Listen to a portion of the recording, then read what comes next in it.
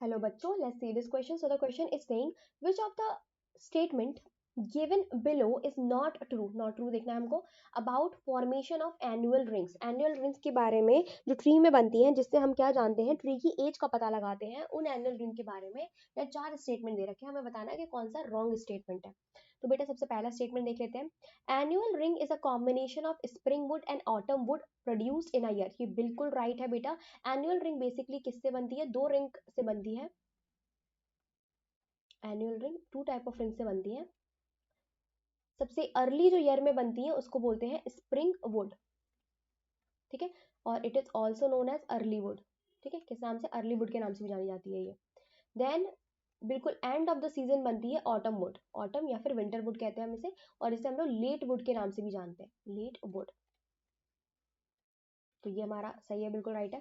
Second है saying differential activity of cambium cause light and dark bands of tissues early and late wood respectively. तो ये भी बिल्कुल right है बेटा. स्प्रिंग वुड यानी कि स्प्रिंग सीजन में जो कैम्बियम की एक्टिविटी होती है वो बहुत हाई होती है.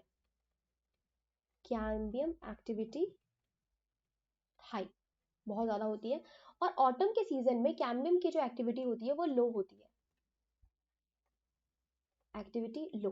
तो कैम्बियम की एक्टिविटी हाई होने की वजह से स्प्रिंग सीजन में जो सेकेंडरी जाइलम बनता है, ठीक है, जो सेकेंडरी जाइलम प्रोड्यूस होता है,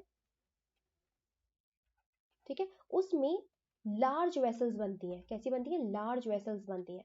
वाटर का डिप्रिवेशन नहीं होता, वाटर की अच्छी खासी अमाउंट होता है, तो लार्ज वेसल्स बनती हैं. लार्ज वेसल्स होती हैं, ठीक है. ब्रॉड ल्यूमेन होता है, ब्रॉड ल्यूमेन होता है.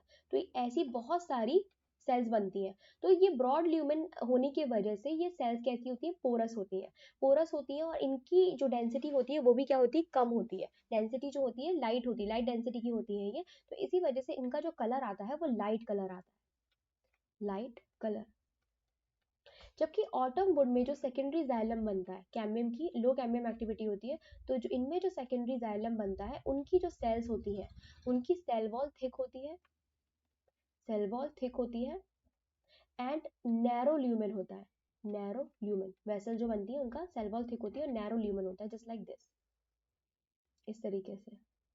ठीक है. तो cell wall thick and narrow lumen होने की वजह से इनके अंदर जो वुड बनती है, यानी जो वुड बनती है वो कैसी होती है? डार्क कलर्ड होती है, डार्क कलर्ड. क्योंकि पोरस नहीं होती इतनी जितनी क्या होती है हमारी स्प्रिंग वुड पोरस होती है, तो इस वजह से कैसी होती है? डार्क कलर्ड होती है. तो हमारा बिल्कुल राइट है.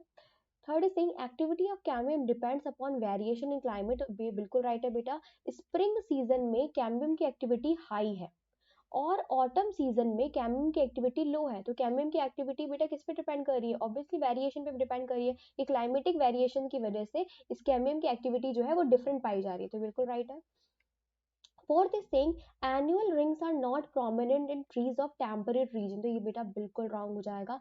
जो टेम्परेट रीजन होते हैं, ठीक है, टेम्परेट जो रीजन होते हैं ये शो करते हैं, they basically show variation in climate, variation in climate.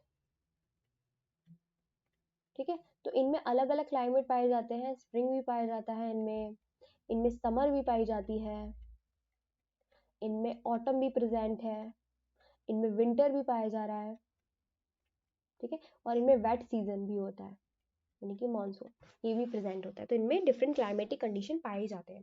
तो टेम्परेट रीजन में एनुअल रिंग जो है वो ज्यादा प्रोमिनेंट होती है कंपैरेटिवली ट्रॉपिकल रीजन के. ठीक है. सो हमारा फोर्थ जो है वो रॉन्ग हो जाएगा और हमें नॉट ट्रू ही बताना है. तो हमारा फोर्थ जो है वो राइट आंसर है. आई होप आपको समझ में आया होगा. Best of luck.